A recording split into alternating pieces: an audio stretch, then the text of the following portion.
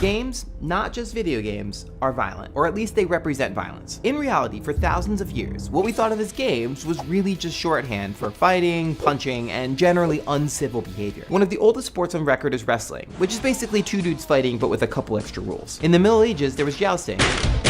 And in 1600s England, there was a sport called shin kicking, which is exactly what it sounds like. And of course, there's football, America's favorite game, where this happens. And where games didn't involve real people hurting each other, board games, card games, and other types of games mimic the same violence. In Eastern India, around 600, a game called Chaturanga appears that involves the 4 military divisions of war. You may know it as chess. Monopoly was originally called the landlord's game and was used to simulate the economic violence of the free market. Corner the market and utilities. You can't lose. You're trying to bankrupt everyone else. And think of all the simulated violence of games like Stratego, Battleship, or Dungeons & Dragons. Your mission, sink the enemy's fleet. Battleship sunk. So is it any wonder that after thousands of years of punching, brawling, destroying, and dominating each other in games, that video games are violent too?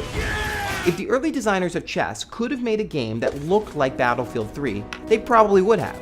But all they had was wood and stone. To be clear, and I want to be crystal clear, I'm not saying that violence is the only thing that games can do, or that all violence in games is appropriate or justified. But it's fair to ask why there have been so many violent games throughout the ages. The reality is humans have lived and have always lived in a complex, competitive world. So if games are in conversation with culture, and life is fiercely competitive, then shouldn't games reflect that violence?